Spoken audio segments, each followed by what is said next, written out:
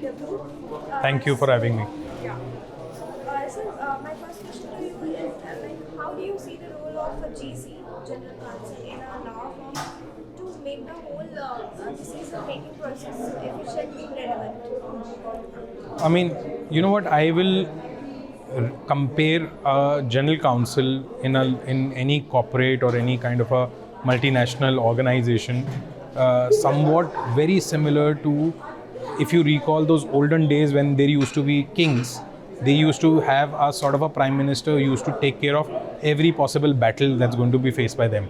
So general counsel is no less than a prime minister when it comes to handling any kind of a legal issue which the company is either facing or likely to face.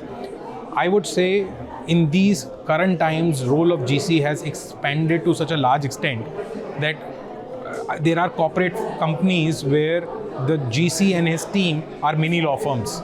They are so well equipped. They are handling cases on themselves. They have tons of years of experience behind them, and they are helping the company sail through tumultuous times as well.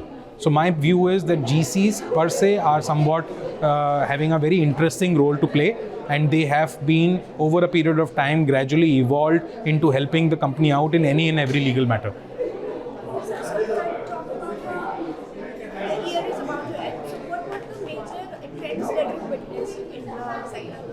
I would say there is a lot of developments that has happened in arbitration. There has a lot of developments as we were discussing in IBC. There have been interesting judicial decisions that have taken place. For instance, in arbitration, the biggest one, or I would say flavor of the season, is the overruling of NN Global decision by the Supreme Court 7-judge bench, which pertains to a very, very hot topic which was faced by any and every litigator dealing with arbitration.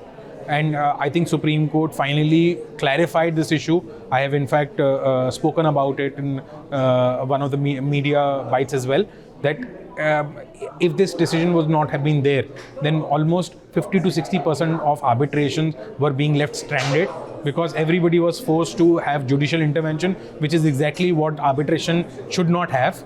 And thankfully this has been taken care of now, while of course one expects a change in the legislative policy altogether on the stamp duty issue.